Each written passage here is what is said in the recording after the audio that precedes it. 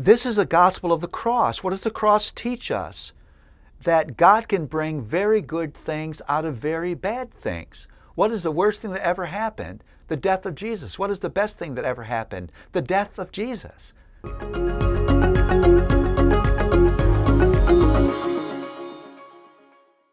Well, we get to 2 Corinthians and you think, well, what else can be said about the gospel? Well, I would title 2 Corinthians different from anything else.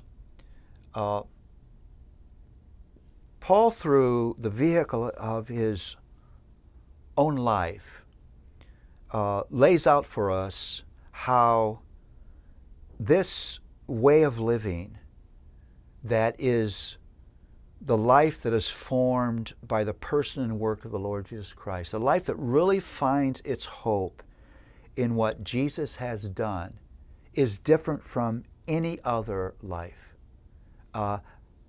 And he is his most autobiographical here. Paul is his most transparent here. That transparency really begins with 2 Corinthians, where Paul talks about this moment where he thought it was the end.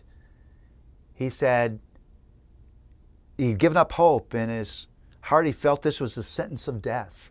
Now, this is the great man of faith, the Apostle Paul, who thinks, this is it. I'm done. It's over. And he does that to again reinforce that our hope is in God. It's not in us. Our reliance is on Him. And it's a gospel that is contrasted to everything else. It's not the external religion that is so much the man-made religion that so many people have given themselves to. It's a religion of, again, a heart change. It's not about self-glory. It's about humility. It's worship of God versus all of the idols of power and pleasure and wealth. And you see in 2 Corinthians these contrasts, these well, its a better word is paradox, like comfort and suffering. I mean, that's where the book begins. I mean, how can suffering ever bring comfort? But Paul argues that that's what the gospel can do. That this is the gospel of the cross. What does the cross teach us? That God can bring very good things out of very bad things. What is the worst thing that ever happened? The death of Jesus. What is the best thing that ever happened? The death of Jesus. It's strength and weakness. How could you ever be excited about your weakness? Well, the gospel does that because my weakness is a playground for God's grace. It's where God's grace does its best work.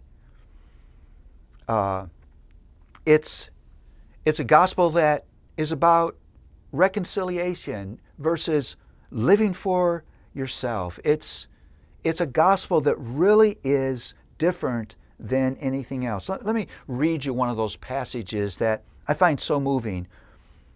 Paul writes, "But we have this treasure in jars of clay to show that the all-surpassing power belongs to God and not to us. We are afflicted in every way, but not crushed, perplexed, but not driven to despair, persecuted, but not forsaken, struck down, but not destroyed, always carrying in the body the death of Jesus, so that the life of Jesus may also be manifested into our bodies.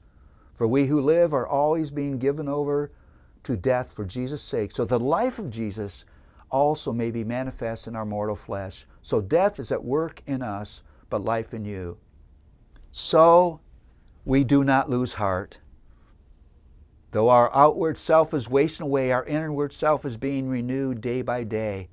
For this light and momentary affliction is preparing for us an eternal weight of glory beyond all comparison, as we look not to things that are seen, but to things that are unseen.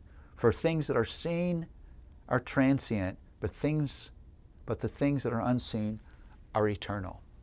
What a beautiful life we've been called to. It's not living for the moment. It's not living for what you can see.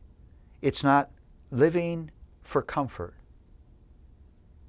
It's understanding that although we face struggles every day in this fallen world, every moment we are being renewed by the presence and promises and power and grace of Jesus. And this is not our destination. There's a preparation for a final destination. And when we're on the other side, we will look back and we will name the struggles that seem so big today as light and momentary afflictions. That message is fundamentally different from any other philosophy you will ever hear. It's a radically different gospel infused with glorious right here, right now, and eternal hope.